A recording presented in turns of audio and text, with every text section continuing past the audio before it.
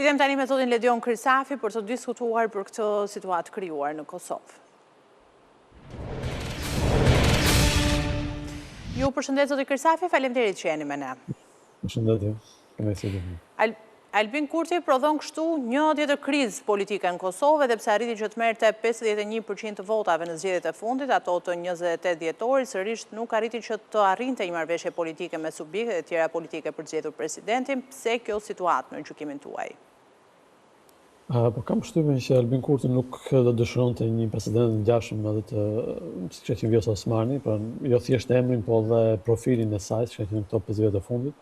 Pra duhej një profil pak më, themi nështruar, ndoshta është fjalë e madhe, por më në linjë me politikat e qeverisë në këtë rast dhe partisë vetëvendosës, gjë që Vjosa Osmani nuk ka qenë gjatë këtyre 5 viteve. Unë kam përshtypjen që Osmani nuk se e bëri me iniciativën e vetë këtë politik pak më ndryshe se qeveria Kurti gjatë viteve të fundit, por ishte fakti që qeveria Kurti deri diku le të themi u izolua ndërkombëtarisht dhe kemi parë që nuk se ka një takim të rëndësishëm të kryeministrit gjatë viteve të fundit dhe bara thuaç e mbajtjes së marrëdhënie me pjesën ndërkombëtare, sidomos Perëndimin, qoftë Bashkimi Evropian, sidomos amerikanët, në këtë rast era presidentes Vjosa Osmani. Dhe kjo marrje e vëmendjes në një mënyrë diçka që Kurti me shumë sigurisht nuk i ka përqyer dhe do të donte një president ose presidente që të ishte më në linjë me politikat e veta. Pra ose më honorifike ndoshta, jo me kaq ndikim politik, nëse mund quhet kështu. Kam përshtypjen që as honorifik nuk do i shkonte për shtat, sepse sigurisht posti është honorifik në Kosovë, është republikë parlamentare, nuk është presidenciale sigurisht, por nëse do të kishim të njëjtin qasje të Perëndimit ndaj Albin Kurti që kemi pasur në vitet e fundit, pra një lloj gjysmë izolimi le të themi, kushdo që të ishte president, qoftë honorifik ose jo honorifik, pra aq sa nuk do të ishte në një linjë me politikat e vetëvendosjes, do kishte tundimin për të bërë të njëjtën gjë që i bëri Vjosa Osmani, sepse politika perëndimore ka qenë e tillë gjatë vitet e fundit ndaj Kosovës. Për dashur, kushdo që të ishte në atë postë do kishte të njëjtën marrëdhënie me amerikanët, një me evropianët, duke na shkaluar deri diku Albin Kurti. Nëse vendose një kandidat që do ishte në linjë, si thua, me partinë vendosjes dhe me qeverinë e Kurtit, nuk do kishte këtë tundim, pra nuk do merrte përsipër të bënte asnjë lloj lëvizje që shkon përtej atyre të vendosura nga qeveria Kurti në marrëdhënie me Perëndimin, me amerikanët dhe me evropianët. Por sigurisht përgjegjësia në këtë rast atij që ka shumicën është sigurisht aq më tepër një shumicë e tillë që është shumicë e madhe, pra pak vota, nuk se duheshin shumë vota për të shkuar tek zgjedhja e presidentit të ri. Dhe përgjithësia thashë në fundin mbet atij që ka shumicën e votave në këtë rast. Kosova shkon kështu në zgjedhjet e treta të përgjithshme brenda 2 viteve. Çfarë ndodh me një shtet në të tilla kushte, qoftë në kuadër të përfaqësimit të tij në sy të ndërkombëtarëve, po nga ana tjetër edhe në raport me reformat që është zotuar të ndërmarrë, që nuk nisen dhe nuk përmbyllen dot? Ideja kryesore është që kjo është një humbje e madhe kohe, është një humbje e madhe parash, është një, le të themi, humbje mundësish fondesh që vijnë nga Bashkimi Evropian, është humbje e rrugës drejt Bashkimit Evropian, humbje edhe kohës për të arritur ndoshta një marrëveshje përfundimtare me Serbinë, sidoqoftë marrëveshje në këtë rast. Pra nuk ka kuptim të bësh zgjedhje çdo 6 muaj ose kaq shpesh ka bërë Kosova vitet e fundit, aq më tepër që nuk ka kuptim të bësh zgjedhje për zgjedhjen e presidentit, sepse thash edhe një herë Kosova është republikë parlamentare, presidenti është honorifik në këtë rast dhe nuk ka kuptim të shkosh në zgjedhje sepse nuk ai do të zgjedhësh një figurë honorifike në krye të shtetit. Ai supozohet të jetë figurë përbashkuese të gjithë partia politike dhe gjithë opozitës së Kosovës. Pra ka kuptim të shkosh në zgjedhje për çështje parlamentare, po për të zgjedhur një president honorifik është një humbje shumë e madhe kohë në këtë rast dhe ka një qasje në Kosovë, sidomos me qeveria në pushtet për momentin që e ka të vështirë të bëjë kompromis. Pra në çdo vend, qoftë Shqipërinë, Kosovë, kudo që të jetë që është një shtet demokratik, nëse nuk ke votat e mjaftueshëm, do të bësh një lloj kompromisi. Sepse të shkosh në zgjedhje çdo 6 muaj nuk ka kuptim. Pra mund të bësh të zgjedhje, të shkosh prapë aty ku ishe para 6 muajsh në këtë rast, aq më tepër që një vend si Kosova, i cili ka nevojë për të qenë më i fuqishëm në diplomacinë ndërkombëtare, ka nevojë për njohje ndërkombëtare, ka nevojë për të shkuar drejt Bashkimit Evropian, për të shkuar drejt organizmave të tjerë ndërkombëtar në cilë Kosova nuk është pjesëmarrëse dhe Kjo humbje kohe është kaq e madhe çdo 6 muaj për të bërë zgjedhje, është një problem shumë i madh për Kosovën, sidomos në pjesën ndërkombëtare ku aty ka më shumë nevojë Kosova në këto momente. Sigurisht do pjesa e brendshme është një qeveri e cila çdo 6 muaj bën zgjedhje, nuk është në gjendje të zbatojë në praktikë ato reforma ose ato ide që ka paraqitur në fushat. Por unë mendoj që thelbi i çështjes është pikërisht kjo, thoshte një lloj kokëfortësie nga ana e qeverisë që ka shumicën, thoshte zoti Kurti për momentin, për të bërë kompromis. Është shumë e thjeshtë në atë tjetër, nëse nuk ke votat e mjaftueshme, do bësh kompromis. Nuk ka asnjë zgjidhje tjetër.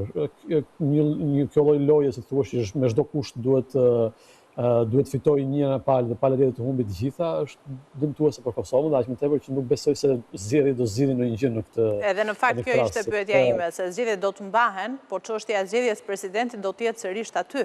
Do të thënë, çfarë prisni ju nga këto zgjedhje të reja? Votat për presidentin janë shumë. Duhen 80 vota mos gaboj në rastin e presidentit, dhe do ishte një fitore, le themi, e jashtëzakonshme nëse Albin Kurti arrin të merrte 80 deputet, që është absolutisht e pamundur. Pra i binte të merrte ndoshta fitore më të madhe që mund të ketë marrë një parti në historinë e Evropës në 50 vjet e fundit.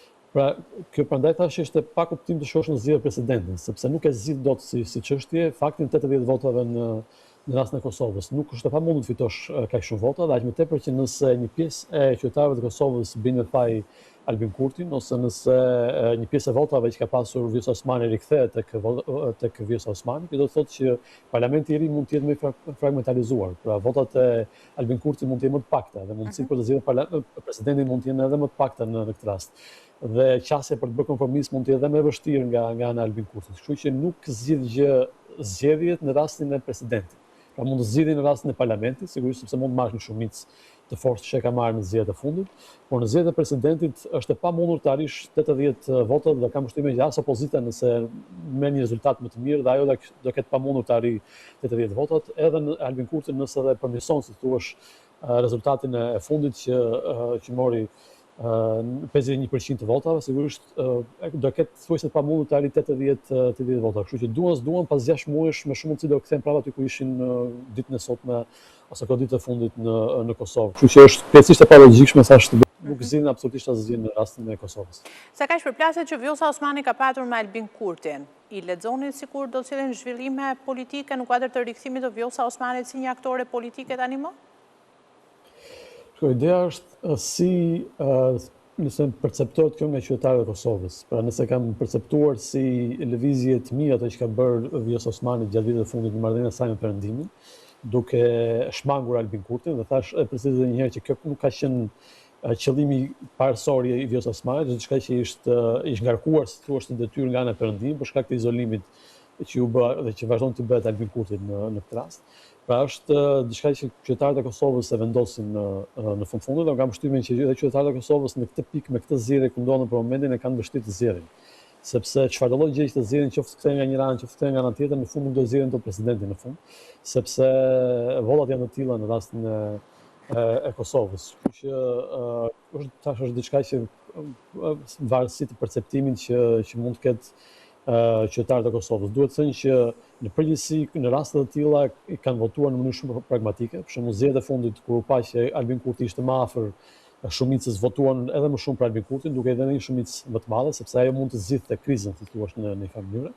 Por këtë radhë shumica që mund të duhet është kaq e madhe se është e pamundur të merret me vota. Numri i votave që duhet marrësh është gjigant për rastin e Kosovës, që është e pamundur. Nëse nga ana tjetër, nëse bëjnë një zgjedhje qytetarët e Kosovës të japin më shumë vota Vjosa Osmanit, të japin më shumë vota opozitës, krizën mund ta bëjnë edhe më të keqe, si thua, ose edhe më problematike në atë të zgjedhjes së presidentit. Kështu që janë në një situatë që nuk ka logjik. Thash edhe një herë që duhet ta kishin zgjedhur presidentin pa diskutim në këtë mënyrë, sepse nuk ka mënyrë se si mund ta zgjidhin me zgjedhje. Dhe kam përshtypjen që kështu siç ndihem unë përballë kësaj situate, dhe qytetarët e Kosovës në momentin që shkojnë në butën e votimit do ndjejnë të njëjtën ndjenjë. Pra nga dy anët është e vështirë të gjesh një zgjidhje në këtë situatë, në këtë pikë. Pra sa do të japësh shumicës një palë, nuk arrin dot të zgjidhë presidentin. Njëjta gjë vlen me opozitën, mund të japësh shumicën sa më të madhe të mundur, por prapë nuk e zgjidh dot presidentin vet. Kështu që është një zgjedhje pa zgjidhje në kuptimin e këtij fjalës. Ndaj e gjithë zgjidhja e kësaj situate rikthehemi sërish tek kompromisi, tek zhvillimet dhe marrëveshjet politike të mundshme. nuk ka thuash asnjë arsye pse të mos ketë një kompromis në lidhje me presidentin. Pra nuk prish asnjë punë një figurë krejtësisht përbashkuese e Kosovës, një figurë që mund mos ketë fare asnjë lidhje me politikën në Kosovë, siç është presidenti në Shqipëri, i cili erdhi thjesht jashtë politikës, ka një status honorifike, siç vendos dhe kushtetuta, njëjta gjë vlen edhe për Kosovën. Pra nuk mendoj që është e pamundur të zgjidhesh një figurë të tillë në Kosovë. Mund zgjidhesh sa të duash figura të tillë. Nuk ka patur vullnet mbi të gjitha, mendoj nga ata që kanë shumicës në mos Zoti Kurti në këtë rast, sepse atij duhej të bënte hapin më të madh, duke qenë se ka shumicën. Ndërkohë që opozita me numrat që ka nuk i afrohet shumicës dhe nuk i afrohet zgjedhjes presidentit, ata thjesht mund të jepin një jo ose po në lidhje me kandidaturat e vendosura nga Albin Kurti. Por qasja është ngjashme me atë të kryetares së parlamentit, mos se kujtohet ditën e kaluar me zonjën Albulen Harxhiu, ku pavarësisht se nuk ka idë të zgjidhej, prapë kishte një kokëfortësi që o zgjidhet për ky person o nuk ka zgjidhje tjetër në këtë rast. Pra është mendësia e qeverisjes, ndoshta ajo që sjell edhe problematikat kryesore për çështje që mund zgjidheshin me pak marrëveshje politike. Presidenti absolutisht që mund zgjidhet. Thash ka plot figura përtej politikës në Kosovë që nuk mund bënin dëm fare as Albin Kurtit as opozitës në këtë rast, mund të ishin tërësisht brenda kushtetutës Kosovës në qasjen e tyre honorifike përfaqësuese të popullit në Kosovë që mund të ishin zgjedhur me kohë dhe nuk ka kuptim thash të bësh krizë për shkak të zgjedhjes së presidentit që nuk ka ndonjë rëndësi shumë të madhe ose nuk ka vlerë ekzekutive në Kosovë, nuk se vendos në një gjë vendimarrje të rëndësishme presidentin në Kosovë. E kuptoj pjesën e parlamentit, sigurisht është e rëndësishme, por të bësh një gjithë të krizë për një çështje prezidenciale është krejtësisht pa logjik. Faleminderit zoti Kirsafi. Faleminderit që ishit me ne në këtë analizë të drejtë për drejtë.